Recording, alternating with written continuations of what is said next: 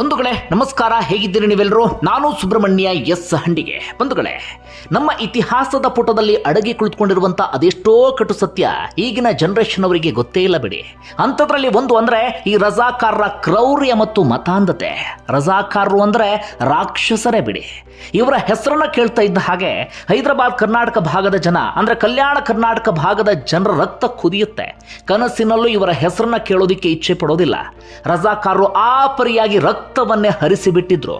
ಬಂಧುಗಳೇ, ಈಗ ರಜಾಕಾರರ ಹೆಸರು ಮುನ್ನೆಲೆಗೆ ಬರೋದಕ್ಕೆ ಕಾರಣ UP CM ಆಗಿರುವಂಥ ಯೋಗಿ ಆದಿತ್ಯನಾಥ್. ಹಾಗಾದರೆ ಯೋಗಿ ಆದಿತ್ಯನಾಥ್ ಯಾವ ವಿಚಾರವನ್ನು ಪ್ರಸ್ತಾಪ ಮಾಡಿದ್ರು? ಅಲ್ಲಿ ಮಲ್ಲಿಕಾರ್ಜುನ ಖರ್ಗೆ ಅವರ ಹೆಸರು ಮುನ್ನೆಲೆಗೆ ಬಂದಿದ್ದು ಯಾಕೆ? ಒಂದಷ್ಟು ವಿವರವನ್ನು ಈ ವಿಡಿಯೋದಲ್ಲಿ ಗಮನಿಸ್ತಾ ಹೋಗೋಣ. ನೀವೆಲ್ಲರೂ ಕೂಡ ನೋಡಲೇಬೇಕಾಗಿರುವಂಥ ವಿಡಿಯೋ ಇದು. ಈ ವಿಡಿಯೋದಲ್ಲಿ ಮಲ್ಲಿಕಾರ್ಜುನ ಖರ್ಗೆ ಬಾಲ್ಯದಲ್ಲಿ ಅನುಭವಿಸಿದಂಥ ಹಿಂಸೆಯ ಕಥನ ಇದೆ. ರಜಾಕಾರರ ಕ್ರೌರ್ಯದ ವಿವರವೂ ಕೂಡ ಇದೆ. ಏನಾಯಿತು ಮೊದಲಿಗೆ ಅದನ್ನು ನೋಡೋಣ.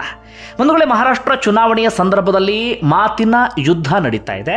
ಅಲ್ಲಿ ಮಲ್ಲಿಕಾರ್ಜುನ ಖರ್ಗೆ ಯೋಗಿ ಆದಿತ್ಯನಾಥ್ ಅವರನ್ನು ಟೀಕಿಸಿದ್ರು. ಏನಂತ? ಕಾವಿ ವೇಷದಲ್ಲಿ ಇರುವಂಥ ತೋಳ, ಕಾವಿ ಬಿಟ್ಟು ರಾಜಕಾರಣಿಗಳಂತೆ ಖಾದಿ ಧರಿಸೋದು ಉತ್ತಮ ಎನ್ನುವಂಥ ಮಾತನ್ನು ಹೇಳಿದರು. ಅದಕ್ಕೆ ಯೋಗಿ ಆದಿತ್ಯನಾಥ್ ಯಾವ ರೀತಿ ತಿರುಗೇಟನ್ನು ಕೊಡ್ತಾರೆ ಅಂದರೆ, ಖರ್ಗೆ ಅವರ ಮನೆಯನ್ನು ರಜಾಕಾರರು ಸುಟ್ಟು ಹಾಕಿಬಿಟ್ಟಿದ್ರು. ಅವರ ತಾಯಿ ಹಾಗೆ ತಂಗಿಯನ್ನು ಕೂಡ ಜೀವಂತವಾಗಿ ಸುಟ್ಟು ಹಾಕಿಬಿಟ್ಟಿದ್ರು. ಆದರೆ ಮುಸ್ಲಿಂ ಮತದಾರರ ತುಷ್ಟೀಕರಣಕ್ಕಾಗಿ ಆ ಬಗ್ಗೆ ಚಕಾರ ಎತ್ತೋದಿಲ್ಲ ಅಥವಾ ಆ ವಿಚಾರವನ್ನು ಪ್ರಸ್ತಾಪ ಮಾಡೋದಿಲ್ಲ. ತಮ್ಮ ಕುಟುಂಬವನ್ನೇ ಮುಸ್ಲಿಮರಿಂದ ಕಳೆದುಕೊಂಡಿದ್ರೂ ಕೂಡ ಮುಸ್ಲಿಮರ ವಿಚಾರವನ್ನು ಎಲ್ಲೂ ಕೂಡ ಹೇಳೋದಿಲ್ಲ ಎನ್ನುವ ರೀತಿಯಲ್ಲಿ ಯೋಗಿ ಆದಿತ್ಯನಾಥ್ ತಿರುಗೇಟನ್ನು ಕೊಟ್ಟಿದ್ರು. ಆಗ ಸಾಕಷ್ಟು ಜನ ಸರ್ಚ್ ಮಾಡೋದಕ್ಕೆ ಶುರು ಮಾಡ್ಕೊಳ್ತಾರೆ. ಹಾಗಾದರೆ ಮಲ್ಲಿಕಾರ್ಜುನ ಖರ್ಗೆ ಅವರ ಕುಟುಂಬಕ್ಕೆ ಏನಾಗಿತ್ತು, ಈ ರಜಾಕಾರರು ಅಂಥದ್ದು ಏನು ಮಾಡಿದ್ರು ಅಂತ ಸಾಕಷ್ಟು ಜನ ಹುಡುಕೋದಿಕ್ಕೆ ಶುರು ಮಾಡ್ಕೊಂಡಿದ್ದಾರೆ. ಹಾಗಾದರೆ ಏನು ಮಾಡಿದ್ರು ಅನ್ನೋದನ್ನು ಹೇಳ್ತು ಹೋಗ್ತೀನಿ, ಕೇಳಿ. ಮಲ್ಲಿಕಾರ್ಜುನ ಖರ್ಗೆ ಅವರ ಆ ಬಾಲ್ಯದ ಕತೆ ಕೇಳೋಕ್ಕೂ ಮುನ್ನ ಈ ರಜಾಕಾರರ ಕ್ರೌರ್ಯದ ವಿಚಾರವನ್ನು ನಾನಿಲ್ಲಿ ಪ್ರಸ್ತಾಪ ಮಾಡಬೇಕಾಗತ್ತೆ. ಬಂಧುಗಳೇ, 1947ರಲ್ಲಿ ನಮ್ಮ ದೇಶಕ್ಕೆ ಸ್ವಾತಂತ್ರ್ಯ ಸಿಕ್ತು, ನಿಮ್ಮೆಲ್ಲರಿಗೂ ಕೂಡ ಗೊತ್ತಾ ಇದೆ. ಆದರೆ ಈ ಹೈದರಾಬಾದ್ ಕರ್ನಾಟಕ ಭಾಗದ ಜನರಿಗೆ ಸ್ವಾತಂತ್ರ್ಯ ಸಿಕ್ಕಿದ್ದು ಯಾವಾಗಪ್ಪ ಅಂದರೆ 1948ರಲ್ಲಿ, 1 ವರ್ಷ ತಡವಾಗಿ. ಅದಕ್ಕೆ ಕಾರಣ ಈ ಹೈದರಾಬಾದ್ನ ನಿಜಾಮ.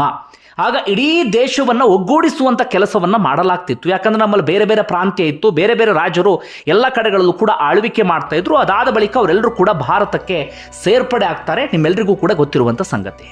ಒಂದಷ್ಟು ಕಡೆಗಳಲ್ಲಿ ರಾಜರು ಆಕ್ಷೇಪವನ್ನು ಎತ್ತುತ್ತಾರೆ. ಅದರಲ್ಲಿ ಒಬ್ಬ ಅಂದರೆ ಈ ಹೈದರಾಬಾದ್ನ ನಿಜಾಮ.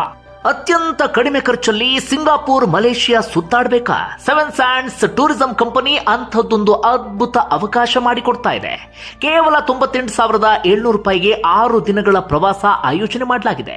ಈ ವಿಶೇಷ ಪ್ಯಾಕೇಜ್ನಲ್ಲಿ ಫ್ಲೈಟ್ ಟಿಕೆಟ್, ವೀಸಾ, 3 ಸ್ಟಾರ್ ಹೋಟೆಲ್ನಲ್ಲಿ ಸ್ಟೇ, ಇಂಡಿಯನ್ ರೆಸ್ಟೋರೆಂಟ್ನಲ್ಲಿ ರುಚಿ ರುಚಿಯಾದ ಊಟ, ಎಂಟ್ರಿ ಟಿಕೆಟ್ಸ್ಗಳು ಸೇರಿ ಹಲವು ವ್ಯವಸ್ಥೆ ಇದೆ. ಟೂರ್ ಮ್ಯಾನೇಜರ್ ಬೆಂಗಳೂರಿನಿಂದ ನಿಮ್ಮ ಜೊತೆನೇ ಇರ್ತಾರೆ. ಹೊರಡುವ ದಿನ ಜನವರಿ 27. ಕೆಲವೇ ಸೀಟುಗಳು ಲಭ್ಯ. ಈ ಕೂಡಲೇ ಈ ಕೆಳಗಿನ ನಂಬರ್ಗೆ ಕಾಲ್ ಮಾಡಿ. ಆತನಿಗೆ ಇದ್ದಂಥ ಆಸೆಯೇ ಬೇರೆ. ನಾನು ಸ್ವತಂತ್ರವಾಗಿ ಆಳ್ವಿಕೆಯನ್ನು ನಡೆಸಬೇಕು, ಈ ಹೈದರಾಬಾದನ್ನು ಮುಸ್ಲಿಂ ರಾಷ್ಟ್ರವನ್ನಾಗಿ ಮಾಡಬೇಕು ಅಂತ. ಅದಕ್ಕೆ ಪಾಕಿಸ್ತಾನದ ರಾಜಕಾರಣಿಗಳು ಕೂಡ ಸಪೋರ್ಟ್ ಮಾಡ್ತಾ ಇದ್ರು. ಬ್ರಿಟಿಷರು ಕೂಡ ಪರೋಕ್ಷವಾಗಿ ಈ ನಿಜಾಮನ ಜೊತೆಗೆ ನಿಂತ್ಕೊಂಡು ಬಿಟ್ಟಿದ್ರು. ಆದರೆ ಈ ಹೈದರಾಬಾದ್ ಕರ್ನಾಟಕ ಭಾಗದ ಜನರಿಗೆ, ಪ್ರಮುಖವಾಗಿ ಈ ಕಲಬುರಗಿ, ಬೀದರ್, ರಾಯಚೂರು, ಕೊಪ್ಪಳ ಈ ಭಾಗದ ಜನರಿಗೆ ಈ ಹೈದರಾಬಾದ್ ನಿಜಾಮನ ಆಳ್ವಿಕೆಯಲ್ಲಿ ಇರೋದಕ್ಕೆ ಇಷ್ಟ ಇರಲೇ ಇಲ್ಲ. ಕೇವಲ ಅವರು ಮಾತ್ರ ಅಲ್ಲ, ಈ ಹೈದರಾಬಾದ್ ನಿಜಾಮ ಯಾವ್ಯಾವ ಕಡೆಗೆ ಆಳ್ವಿಕೆ ಮಾಡ್ತಾ ಇದ್ದ ಆ ಭಾಗದ ಜನರೆಲ್ಲರೂ ಕೂಡ ಆತನ ವಿರುದ್ಧವೇ ರೊಚ್ಚಿಗೆದ್ದು ಬಿಟ್ಟಿದ್ರು.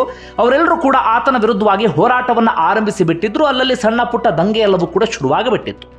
ಆ ಸಂದರ್ಭದಲ್ಲಿ ಈ ಹೈದರಾಬಾದ್ ನಿಜಾಮ ಬಳಸ್ಕೊಂಡಿದ್ದು ಈ ರಜಾಕಾರರು ಎನ್ನುವಂಥ ಖಾಸಗಿ ಸೇನೆಯನ್ನ. ಆತನ ಬಲಗೈ ಬಂಟಾಗಿರುವಂಥ ಕಾಸಿಂ ರಜ್ವಿ ನೇತೃತ್ವದ ಸೇನೆಯದು. ಈ ಕಾಸಿಂ ರಜ್ವಿ ಯಾರಪ್ಪ ಅಂದ್ರೆ ಬಹು ಮತಾಂಧ, ಬಹು ಕ್ರೂರಿ. ಆತನ ನೇತೃತ್ವದ ಸೇನೆಯೇ ಈ ರಜಾಕಾರರು. ಯಾವುದಕ್ಕೂ ಕೂಡ ಹಿಂದೆ ಮುಂದೆ ನೋಡದಂಥ ರಾಕ್ಷಸರು ಅವರು. ಆ ಖಾಸಗಿ ಸೇನೆಯನ್ನ ಈತ ಬಳಸಿಕೊಳ್ಳೋದಕ್ಕೆ ಶುರು ಮಾಡ್ಕೊಳ್ತಾರೆ. ಆ ಖಾಸಗಿ ಸೇನೆಯನ್ನ ಈ ಹೈದರಾಬಾದ್ ನಿಜಾಮ ಎಲ್ಲ ಕಡೆಗಳಲ್ಲೂ ಕೂಡ ಛೂ ಬಿಡುವಂಥ ಕೆಲಸವನ್ನ ಮಾಡ್ತಾನೆ.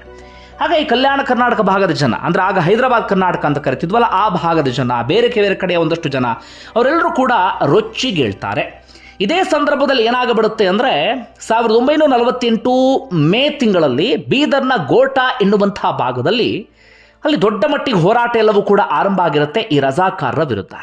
ಹಾಗೆ ಹೆಚ್ಚು ಕಡಿಮೆ 200 ಹಿಂದೂಗಳನ್ನು ಅಥವಾ ಈ ಹೋರಾಟ ಮಾಡ್ತಿದ್ದಂಥ ಸೇನಾನಿಗಳನ್ನು ಅವರೆಲ್ಲರನ್ನೂ ಕೂಡ ಒಟ್ಟು ಹಾಕಿ ಸುಟ್ಟು ಹಾಕಿಬಿಡಲಾಗುತ್ತೆ ಅಲ್ಲಿ.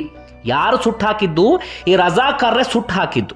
ಯಾವ ಕಾರಣಕ್ಕಾಗಿ ಅಂದರೆ ಅಲ್ಲಿ ದಂಗೆ ಶುರುವಾಗಿಬಿಟ್ಟಿತ್ತು, ನಿಜಾಮನ ವಿರುದ್ಧವಾಗಿ ಹೋರಾಟ ಆರಂಭ ಆಗಿತ್ತು. ಜೊತೆಗೆ ಈ ಕಾಸಿಂ ರಜ್ವಿಯ ಸಹಪಾಠಿಯನ್ನ ಅಥವಾ ಆತನ ಜೊತೆಗಿದ್ದವನನ್ನ ಅಲ್ಲಿ ಕೊಲ್ಲುವಂಥ ಕೆಲಸವನ್ನ ಮಾಡಿಬಿಟ್ಟಿದ್ರು. ಇದರಿಂದ ರೊಚ್ಚಿಗೆದ್ದು ರಜಾಕಾರರು ಅಂಥದ್ದೊಂದು ಕ್ರೌರ್ಯವನ್ನ ಮೆರೆದು ಬಿಡ್ತಾರೆ. ಈಗಲೂ ಕೂಡ ಅದನ್ನು ಗೋಟಾ ಹತ್ಯಾಕಾಂಡ ಅಂತ ಕರಿತೀವಿ. ಆಗ ಆ ಭಾಗದ ಜನ ಇನ್ನಷ್ಟು ಆಕ್ರೋಶ ಭರಿತರಾಗ್ತಾರೆ, ಇನ್ನಷ್ಟು ರೊಚ್ಚಿಗೆ ಹೇಳ್ತಾರೆ. ರಜಾಕಾರರನ್ನ ಕಂಡಲ್ಲಿ ಕೊಲ್ಲುವಂಥ ಕೆಲಸವನ್ನ ಮಾಡಿಬಿಡ್ತಾರೆ. ಅದಕ್ಕೆ ರಜಾಕಾರರು ನಾವು ಸೇಡನ್ನು ತೀರಿಸ್ಕೊಳ್ತೀವಿ ಅಂತ ಎಲ್ಲ ಕಡೆಗಳಲ್ಲೂ ಕೂಡ ಜನರ ಮೇಲೆ ದಾಳಿಯನ್ನು ಆರಂಭಿಸಿ ಬಿಡ್ತಾರೆ. ಎಲ್ಲೆಲ್ಲಿ ಜನ ಸಿಗ್ತಾರೆ ಎಲ್ಲ ಕಡೆಗಳಲ್ಲೂ ಕೂಡ ಅವರನ್ನು ಸಾಯಿಸುವಂತಹ ಕೆಲಸ, ಕಂಡಲ್ಲಿ ಅತ್ಯಾಚಾರ, ಕಂಡಲ್ಲಿ ಬೆಂಕಿ ಹಚ್ಚೋದು, ರಕ್ತ ಹರಿಸೋದು, ಈ ರೀತಿ ರಕ್ತ ಸಿಕ್ತ ಅಧ್ಯಾಯವನ್ನು ಬರೆಯೋದಕ್ಕೆ ಹೊರಟು ಬಿಡ್ತಾರೆ ಈ ಕ್ರೂರಿ ರಜಾಕಾರರು. ಅವರ ಹಿಂದೆ ನಿಂತ್ಕೊಂಡವನು ಈ ಹೈದರಾಬಾದ್ನ ನಿಜಾಮ. ಈ ರೀತಿಯಾಗಿ ಎಲ್ಲ ಕಡೆಗಳಲ್ಲೂ ಕೂಡ ರಕ್ತವನ್ನು ಹರಿಸ್ತಾ ಹೋಗ್ತಾರೆ. ಇದೇ ರೀತಿಯಾಗಿ ಬೀದರ್ನ ವರವಟ್ಟಿ ಎನ್ನುವಂಥ ಭಾಗದಲ್ಲೂ ಕೂಡ ಈ ರಜಾಕಾರರ ದಾಳಿ ನಡೀತಾ ಇರುತ್ತೆ. ಈ ಬೀದರ್ನ ವರವಟ್ಟಿ ಯಾವುದು ಅಂದರೆ ಮಲ್ಲಿಕಾರ್ಜುನ ಖರ್ಗೆಯವರ ಹುಟ್ಟೂರದು. ಮಲ್ಲಿಕಾರ್ಜುನ ಖರ್ಗೆ ಮೂಲತಃ ಕಲಬುರಗಿಯವರಲ್ಲ, ಅವರು ಮೂಲತಃ ಬೀದರ್ನ ಬಾಲ್ಕಿಯ ಈ ವರವಟ್ಟಿ ಎನ್ನುವಂಥ ಭಾಗದವರು. ಅವ್ರ ತಂದೆಯಲ್ಲಿ ಕೃಷಿ ಮಾಡಿಕೊಂಡು ಜೀವನವನ್ನು ಸಾಗಿಸ್ತಿರ್ತಾರೆ. ಅತ್ಯಂತ ಕಡು ಬಡತನದ ಕುಟುಂಬ ಅದು. ಅವತ್ತೇನಾಗ್ಬಿಡುತ್ತೆ ಅಂದರೆ ಮಲ್ಲಿಕಾರ್ಜುನ ಖರ್ಗೆಯವರ ತಂದೆ ಕೃಷಿ ಕೆಲಸಕ್ಕೆ ಅಂತ ಜಮೀನಿಗೆ ಹೋಗಿರ್ತಾರೆ. ಮಲ್ಲಿಕಾರ್ಜುನ ಖರ್ಗೆಗೆ ಆಗ 6-7 ವಯಸ್ಸು. ಅವರು ಕೂಡ ಹೊರಗಡೆ ಹೋಗಿರ್ತಾರೆ. ಮನೆಯಲ್ಲಿ ಅವರ ತಾಯಿ ಮತ್ತೆ ತಂಗಿ ಇರ್ತಾರೆ. ಆಗ ರಜಾಕಾರರು ದಾಳಿಯನ್ನ ಮಾಡ್ತಾರಲ್ಲ, ಹಿಂಸಾಚಾರ ಎಲ್ಲವೂ ಕೂಡ ನಡೀತಿರುತ್ತಲ್ಲ, ಅದೇ ಸಂದರ್ಭದಲ್ಲಿ ರಜಾಕಾರರು ಏನು ಮಾಡಿಬಿಡ್ತಾರೆ, ಮಲ್ಲಿಕಾರ್ಜುನ ಖರ್ಗೆಯವರ ಮನೆಗೂ ಕೂಡ ಬೆಂಕಿ ಇಟ್ಟು ಬಿಡ್ತಾರೆ. ಒಳಗಡೆ ಇದ್ದಂಥ ಅವರ ತಾಯಿ ಮತ್ತೆ ತಂಗಿ ಜೀವಂತವಾಗಿ ಸುಟ್ಟು ಹೋಗಿ ಬಿಡ್ತಾರೆ. ಮಲ್ಲಿಕಾರ್ಜುನ ಖರ್ಗೆಯವರ ಸಹೋದರ ಭಾರತೀಯ ಸೇನೆಯಲ್ಲಿ ಕೆಲಸ ಮಾಡ್ತಿರ್ತಾರೆ. ಅವ್ರ ತಂದೆ ಕೃಷಿ ಜಮೀನಲ್ಲಿ ಇರ್ತಾರೆ. ಮಲ್ಲಿಕಾರ್ಜುನ ಖರ್ಗೆ ಕೂಡ ಹೊರಗಡೆ ಇರ್ತಾರೆ. ಅವರೆಲ್ಲ ಬಂದು ನೋಡುವಾಗ ಇಡೀ ಮನೆಯೇ ಕಂಪ್ಲೀಟ್ ಬೆಂಕಿಯಲ್ಲಿ ಸುಟ್ಟು ಹೋಗಿಬಿಡುತ್ತೆ. ಅವರ ತಾಯಿ ಮತ್ತು ತಂಗಿ ಇಬ್ಬರು ಕೂಡ ಸುಟ್ಟು ಕರಕಲಾಗಿಬಿಟ್ಟಿರ್ತಾರೆ. ಅದಾದ ಬಳಿಕ ಮಲ್ಲಿಕಾರ್ಜುನ ಖರ್ಗೆ ತಂದೆ ಇಬ್ಬರೇ ಉಳ್ಕೊಳ್ತಾರೆ. ಅವರಿಬ್ಬರು ಕಾಡಲ್ಲಿ ಅಡಗಿ ಕುಳಿತುಕೊಳ್ತಾರೆ. ಕಾಡಲ್ಲಿ ನಡ್ಕೊಂಡು ಹೋಗಿ ಸೀದಾ ಕಲಬುರಗಿ ಸೇರಿ ಅಲ್ಲಿ ಸಣ್ಣ ಪುಟ್ಟ ಕೆಲಸವನ್ನು ಮಾಡಿ ಅದಾದ ಬಳಿಕ ಮಲ್ಲಿಕಾರ್ಜುನ ಖರ್ಗೆ ಅವರು ಶಿಕ್ಷಣ ಪಡೆದು ಇವತ್ತು ರಾಜಕೀಯದಲ್ಲಿ ದೊಡ್ಡ ಮಟ್ಟಿಗೆ ಹೆಸರನ್ನು ಮಾಡಿದ್ದಾರೆ. ಒಟ್ಟಾರೆಯಾಗಿ ಮಲ್ಲಿಕಾರ್ಜುನ ಖರ್ಗೆಯವರ ಕುಟುಂಬ ಈ ಪರಿಯಾಗಿ ರಜಾಕಾರರಿಂದ ಹಿಂಸೆಯನ್ನು ಅನುಭವಿಸಿತ್ತು. ಇಷ್ಟೆಲ್ಲ ಹಿಂಸಾಚಾರವನ್ನು ಮಾಡ್ತಿದ್ದಂತಹ ಸಂದರ್ಭದಲ್ಲಿ ಆಗಿನ ಗೃಹ ಮಂತ್ರಿ ವಲ್ಲಭಭಾಯ್ ಪಟೇಲ್ ಸುಮ್ಮನೆ ಕೂತ್ಕೊಳ್ಳೋದಿಲ್ಲ. ಅದರ ಬದಲಾಗಿ ತಮ್ಮ ಸೇನೆಯನ್ನು ನುಗ್ಗಿಸುವಂಥ ಕೆಲಸವನ್ನು ಮಾಡ್ತಾರೆ. ಅದಕ್ಕೆ ಆಪರೇಷನ್ ಪೋಲೋ ಅಂತ ಕರೆಯಲಾಗುತ್ತೆ. ಆ ಆಪರೇಷನ್ ಪೋಲೋಗೆ ಹೈದರಾಬಾದ್ನ ನಿಜಾಮ ತಲೆಬಾಗುವಂಥ ಪರಿಸ್ಥಿತಿ ಎದುರಾಗ್ಬಿಡುತ್ತೆ.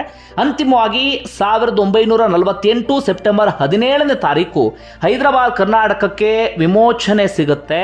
ಅಥವಾ ಆ ನಿಜಾಮ ಭಾರತದ ಜೊತೆಗೆ ಒಗ್ಗೂಡೋದಿಕ್ಕೆ ಅಥವಾ ಸೇರಿಸೋದಿಕ್ಕೆ ಒಪ್ಪಿಗೆಯನ್ನು ಸೂಚಿಸ್ತಾನೆ, ಶರಣಾಗ್ತಾನೆ, ತಲೆಬಾಗ್ತಾನೆ. ಒಟ್ಟಾರೆಯಾಗಿ ಇಂಥದ್ದೊಂದು ರಕ್ತ ಸಿಕ್ತ ಇತಿಹಾಸ ಇದೆ. ರಜಾಕಾರರ ಬಗ್ಗೆ ಹೇಳ್ತಾ ಹೋಗ್ಬಿಟ್ರೆ ಇನ್ನು ಸಾಕಷ್ಟು ವಿಚಾರವನ್ನು ಪ್ರಸ್ತಾಪ ಮಾಡ್ಬೋದು. ಅವರ ಕ್ರೌರ್ಯದ ಬಗ್ಗೆ ನಾವು ಎಷ್ಟೇ ಹೇಳಿದ್ರೂ ಕೂಡ ಕಡಿಮೆ. ಆ ಪರಿಯಾದಂಥ ಕ್ರೌರ್ಯವನ್ನು ಎಸಗಿದಂಥವರು ಈ ರಜಾಕಾರರು. ಅವರನ್ನ ಪೋಷಿಸುವಂಥ ಕೆಲಸವನ್ನು ಮಾಡಿದಂಥವನು ಈ ಹೈದರಾಬಾದ್ನ ನಿಜಾಮ. ವಿಪರೀತ ಕ್ರೂರತ್ವ, ವಿಪರೀತ ಮತಾಂಧತೆ, ತಾವು ಅಂದುಕೊಂಡಿದ್ದನ್ನು ಸಾಧಿಸಬೇಕು ಎನ್ನುವಂತಹ ಮನಸ್ಥಿತಿ, ಈ ರೀತಿಯಾಗಿ ಒಂದು ರಕ್ತ ಸಿಕ್ತ ಅಧ್ಯಾಯಕ್ಕೆ ಅವರೆಲ್ಲರೂ ಕೂಡ ಕಾರಣ ಆಗಿಬಿಡ್ತಾರೆ. ಅಂತಹ ರಕ್ತ ಸಿಕ್ತ ಅಧ್ಯಾಯದಲ್ಲಿ ಮಲ್ಲಿಕಾರ್ಜುನ ಖರ್ಗೆ ತಮ್ಮ ಇಡೀ ಕುಟುಂಬವನ್ನು ಕಳ್ಕೊಳ್ಳುವಂಥ ಪರಿಸ್ಥಿತಿ ಆ ಸಂದರ್ಭದಲ್ಲಿ ಎದುರಾಗ್ಬಿಡುತ್ತೆ. ಮಲ್ಲಿಕಾರ್ಜುನ ಖರ್ಗೆ ಸ್ವತಃ ಕೂದಲೇ ಅಂತರದಲ್ಲಿ ಬಚಾವಾಗ್ಬಿಡ್ತಾರೆ. ಇಲ್ಲ ಅಂತಾದರೆ ಮಲ್ಲಿಕಾರ್ಜುನ ಖರ್ಗೆಯವರು ಕೂಡ ಅವತ್ತು ಪ್ರಾಣ ಕಳ್ಕೊಳ್ಳುವಂಥ ಪರಿಸ್ಥಿತಿ ಎದುರಾಗ್ತಿತ್ತು. ಸ್ವತಃ ಮಲ್ಲಿಕಾರ್ಜುನ ಖರ್ಗೆ ಅವರು ಬೇರೆ ಬೇರೆ ಸಂದರ್ಭದಲ್ಲಿ ಈ ವಿಚಾರವನ್ನು ಪ್ರಸ್ತಾಪ ಮಾಡಿದ್ದಾರೆ. ಈಗ ಯಾಕೆ ಇವೆಲ್ಲವನ್ನು ಕೂಡ ನೆನಪಿಸುವಂಥ ಕೆಲಸ ಆಯಿತು ಅಂದರೆ ಅದು ಯೋಗಿ ಆದಿತ್ಯನಾಥ್ ಮೂಲಕ. ಯೋಗಿ ಆದಿತ್ಯನಾಥ್ ಈ ವಿಚಾರವನ್ನು ಮುನ್ನೆಲೆಗೆ ತಂದ ಕಾರಣ ಅಥವಾ ಚುನಾವಣಾ ಪ್ರಚಾರ ಸಂದರ್ಭದಲ್ಲಿ ಪ್ರಸ್ತಾಪ ಮಾಡಿದಂಥ ಕಾರಣಕ್ಕಾಗಿ ಈಗ ಜನ ಸರ್ಚ್ ಮಾಡೋದಕ್ಕೆ ಶುರು ಮಾಡ್ಕೊಂಡಿದ್ದಾರೆ. ಏನಿದು ಇತಿಹಾಸ ಅಂತ ತಿಳ್ಕೊಳ್ಳೋಕೆ ಶುರು ಮಾಡ್ಕೊಂಡಿದ್ದಾರೆ. ಒಂದು ವೇಳೆ ನಿಮ್ಗೆ ಏನಿಸ್ತದೆ ಅದನ್ನು ಕಮೆಂಟ್ ಬಾಕ್ಸಲ್ಲಿ ಮೆನ್ಷನ್ ಮಾಡಿ. ಧನ್ಯವಾದ ವಿಡಿಯೋ ನೋಡಿದ್ದಕ್ಕಾಗಿ.